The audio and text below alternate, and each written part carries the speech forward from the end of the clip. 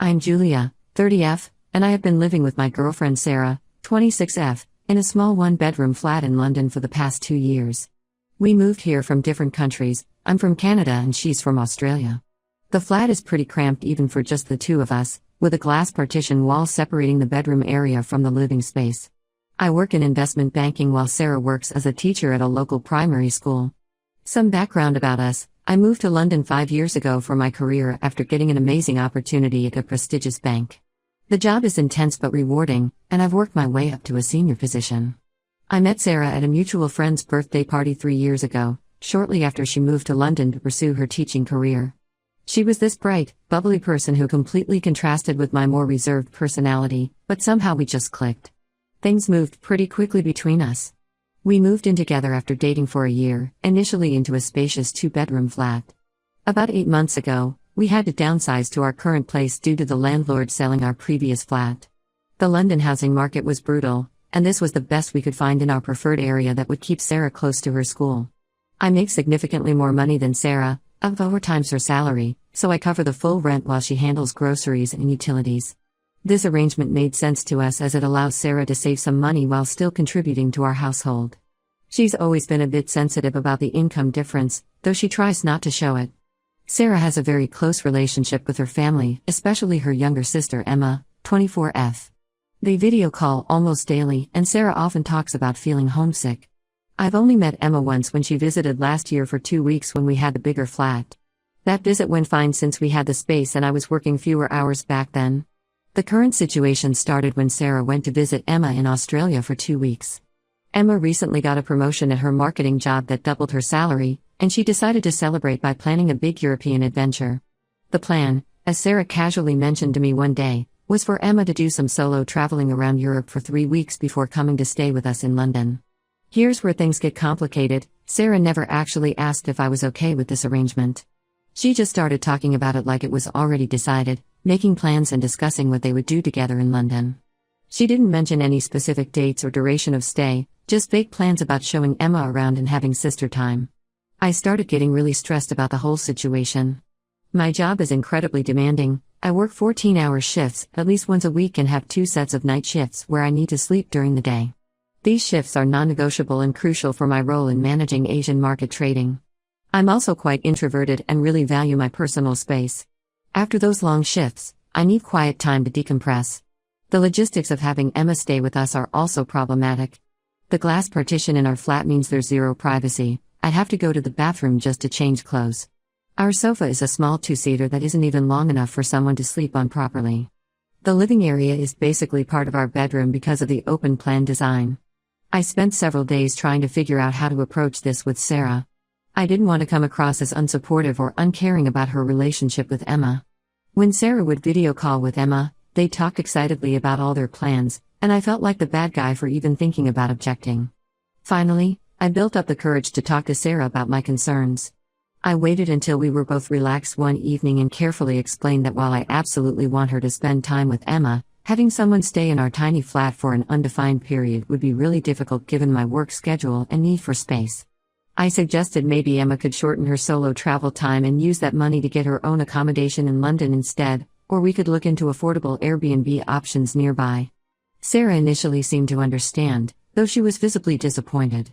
She said she talked to Emma about other options. I thought we had reached a reasonable compromise. Today, just before boarding her flight back to London, Sarah messages me saying she's crying. Naturally concerned, I asked if she was sad about leaving family. Instead of responding directly, she sent me screenshots of her conversation with Emma. They were discussing how upset they are that they'll have to cut their time together short because I'm being difficult and stressed about my personal space. Emma had written about how she couldn't believe I was being like this and how she thought I was different from Sarah's ex who was also controlling about family. Sarah followed this up with a message saying she felt torn between her sister and me, then went offline as her flight took off. I feel incredibly manipulated by this situation. They just spent 2 entire weeks together, and Emma is choosing to spend 3 weeks traveling alone before coming here. If spending time together was so important, why not use some of that travel money for accommodation? Emma just got a significant pay raise, surely she can afford a hotel or Airbnb? Our flat literally doesn't have space. We had Emma's friend stay with us last year when we had the bigger 2-bedroom place, but this is completely different. The worst part is I still don't even know when Emma is planning to come or for how long. Sarah didn't even consider how this would affect me or my work schedule. When we had the bigger flat last year, I had no issues with visitors because we had the space. But this is different, we're literally living in what's essentially a studio apartment. I sent Sarah a long message explaining how I felt hurt that she made these plans without consulting me, especially given our living situation and my work schedule. I explained that this isn't about not wanting to spend time with Emma, it's about practical constraints and respect for each other's space and needs. I also pointed out how unfair it was to compare me to her ex or imply I was being controlling when I'm simply asking for basic consideration. Am I being unreasonable here? I feel like I'm being painted as the bad guy for having completely valid concerns about our living situation. Update 1: Things have gotten significantly worse since my last post. When Sarah returned from Australia, I picked her up from the airport hoping we could have a calm discussion about everything. Instead, she barely spoke to me during the entire ride home, keeping her eyes fixed on her phone while texting Emma. The next few days were incredibly tense. Sarah has been giving me the cold shoulder, spending most of her time in video calls with Emma or texting her, making plans for the visit without including me in any discussions. She's been taking calls in the bathroom or going for walks to talk to Emma, which made me feel like they were deliberately planning things behind my back. Yesterday, everything came to a head when I accidentally discovered the full extent of their plans. I was in the kitchen making dinner when I overheard Sarah on the phone call with Emma discussing flight dates. That's when I learned Sarah had already promised Emma she could stay with us for 6 weeks. She was talking about how Emma would arrive just before the school term ends so they could spend Sarah's entire summer break together. When I confronted Sarah about this after her call, she completely broke down. Through tears, she revealed that Emma had actually quit her job despite the recent promotion. Apparently, Emma decided she needed to find herself in Europe and planned to use her savings from the higher salary to fund this journey of self-discovery. Sarah defended this decision, saying Emma was under a lot of pressure at work and needed this break. The situation escalated dramatically when Sarah's parents got involved. I was in the middle of a work call when my phone started buzzing with calls from an Australian number. Sarah had given them my personal number without asking me first. When I finally answered, her mom Linda launched into a lengthy lecture about family values and how disappointed they were in my selfish behavior.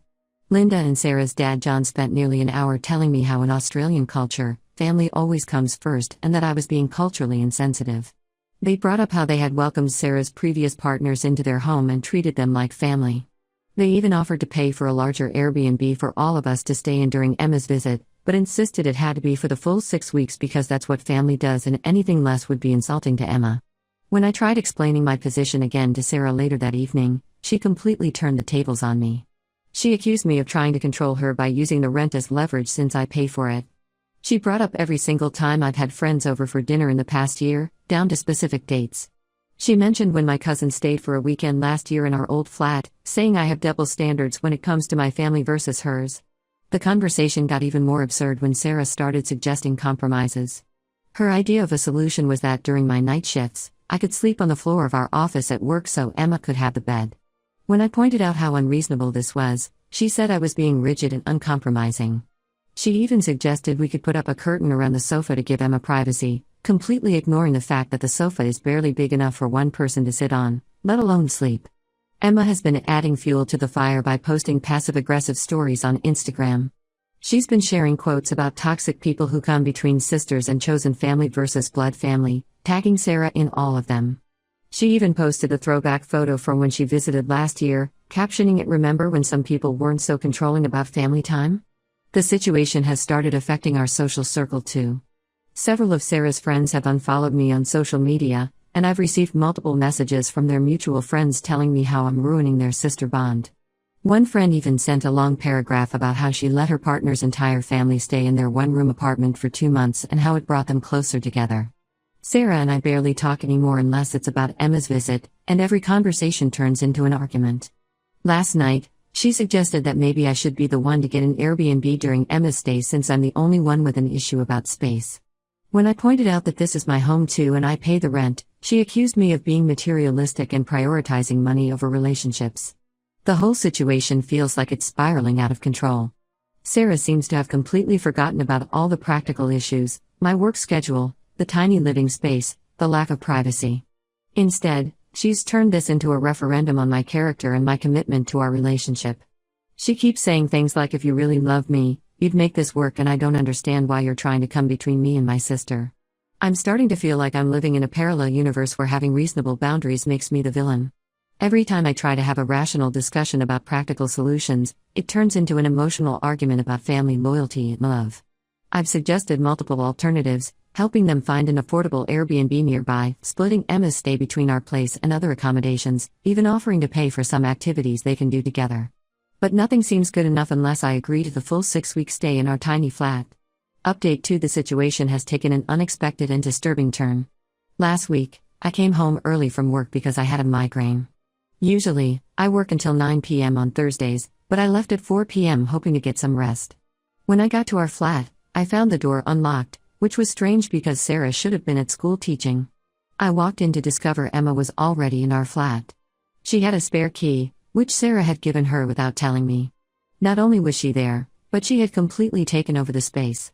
Our furniture had been rearranged, my reading chair was pushed into a corner to make space for her giant suitcase, and she had spread her belongings all over our living area. Emma was cooking in our kitchen like she owned the place, using my expensive cookware that Sarah knows I'm particular about. She seemed completely unfazed by my shock, casually telling me she had arrived in London early because she needed a break from her travels. She acted like this was perfectly normal, saying Sarah had told her it was fine to come early while I was at work. During the heated confrontation that followed, I called Sarah at school. She came home early, and that's when everything started unraveling. Through a series of revelations, I discovered that nothing about Emma's finding herself in Europe story was true. She hadn't quit her job for traveling, she had been fired for having an affair with her boss's husband. The truth came out because of pure coincidence. Amy, Emma's ex-coworker, follows me on Instagram because we met during Emma's last visit. She saw my stories about the ongoing drama and reached out to warn me about what really happened. According to Amy, Emma had been caught in a compromising position with her boss's husband at a company event. The scandal was huge, and she was immediately fired. But this wasn't even the first time. Amy revealed that Emma had a history of similar behavior at her previous job, where she had been asked to leave after getting involved with a married colleague. The whole European adventure was actually just an escape plan to avoid the fallout from her latest scandal. She was hoping to lay low in London until things blew over in Australia. When confronted with this information, Sarah finally broke down and admitted she had known the truth all along. She had been covering for Emma because that's what sisters do. She tried to justify keeping it from me by saying she knew I wouldn't understand and would judge Emma for her mistakes. The most frustrating part was that she still insisted Emma should stay with us, saying everyone deserves a second chance and that I was being cruel for wanting to abandon Emma when she needed support. During this confrontation, more truths came out. Sarah admitted that Emma had already been living in our flat for 3 days while I was at work, sneaking out before I got home. They had been coordinating through text to make sure Emma was never there when I was. My suspicions about them whispering and planning behind my back hadn't been paranoid after all, they really were conspiring to move Emma in without my knowledge. Emma tried to defend herself, saying she never meant to cause problems between Sarah and me. She claimed she was going through a difficult time and just needed her sister's support. But when I pressed her about why she couldn't use her savings to get her own place, she admitted she had spent most of her money on designer clothes and first-class flights before leaving Australia. The argument got even more heated when Sarah revealed she had already helped Emma apply for teaching assistant positions at her school, planning for Emma to settle in London permanently. They had this entire future planned out without any consideration for me or my feelings. When I pointed out how manipulative and deceitful this was, Sarah accused me of being heartless and said I could never understand their bond because I'm an only child. Emma's presence in our flat has made things unbearable. She takes hour-long showers in our only bathroom, uses my things without asking, and has been sleeping in our bed while I'm at work. Sarah admitted this too. She even had the audacity to complain about my early morning routine disturbing her sleep.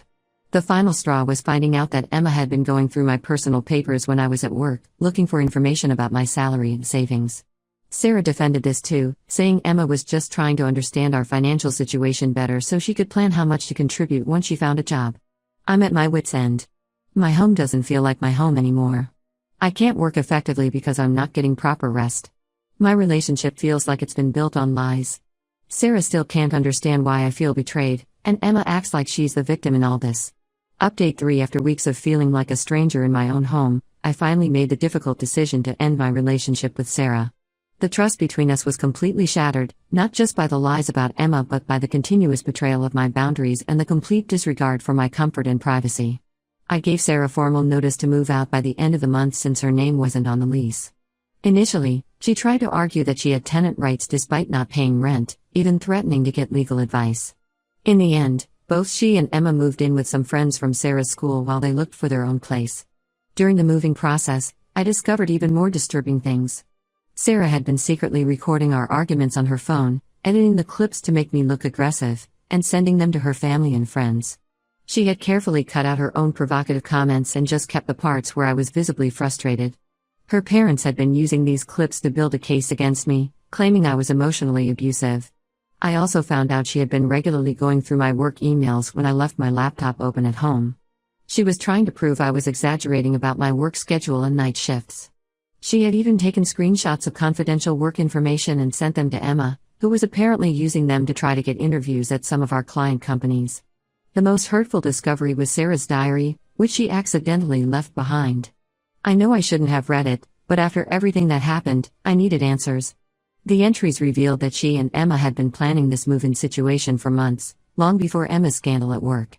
They had always intended for Emma to come live with us permanently, using the European travel story as a way to get their foot in the door. The diary also showed that Sarah had been deliberately downplaying our relationship to her family, telling them it was just temporary until she found someone more family-oriented.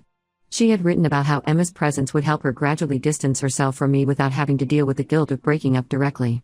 Since the breakup, Sarah and Emma have been spreading their version of events throughout our social circle. They are telling everyone that I threw them out on the street, that I was financially controlling, and that I tried to come between sisters who just wanted to support each other. Some of our mutual friends who knew the whole story stood by me, but others chose to believe their narrative. I found out through a mutual friend that Sarah and Emma moved to a different part of London and are now sharing a flat. They've apparently been telling people that they're healing together from their experience with me, painting me as this controlling monster who tried to destroy their sister bond. Emma even started a blog about surviving toxic relationships where she heavily implies that I was emotionally abusive, though she never names me directly. The whole experience has made me reevaluate a lot of things about relationships and trust. I'm still living in the same flat, but I've rearranged everything to remove reminders of Sarah. I've blocked both sisters and their family members on all social media platforms after Sarah's mom started posting vague status updates about narcissistic people who destroy families. Some days are harder than others, especially when I hear through mutual friends about the stories they're spreading. But I know I made the right decision in standing my ground.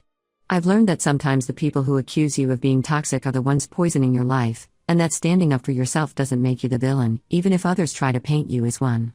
Looking back, I realize that all the red flags were there from the beginning: the lack of respect for boundaries, the secret planning, the emotional manipulation. I just chose to ignore them because I loved Sarah. Sometimes being the bad guy in someone else's story means you're finally being the hero in your own. The experience has taught me that it's better to be alone than to be with someone who doesn't respect your boundaries or truth. I've started focusing on my career and rebuilding the friendships I had neglected during all this drama. While I'm not ready to date again, I know now what to look out for in future relationships.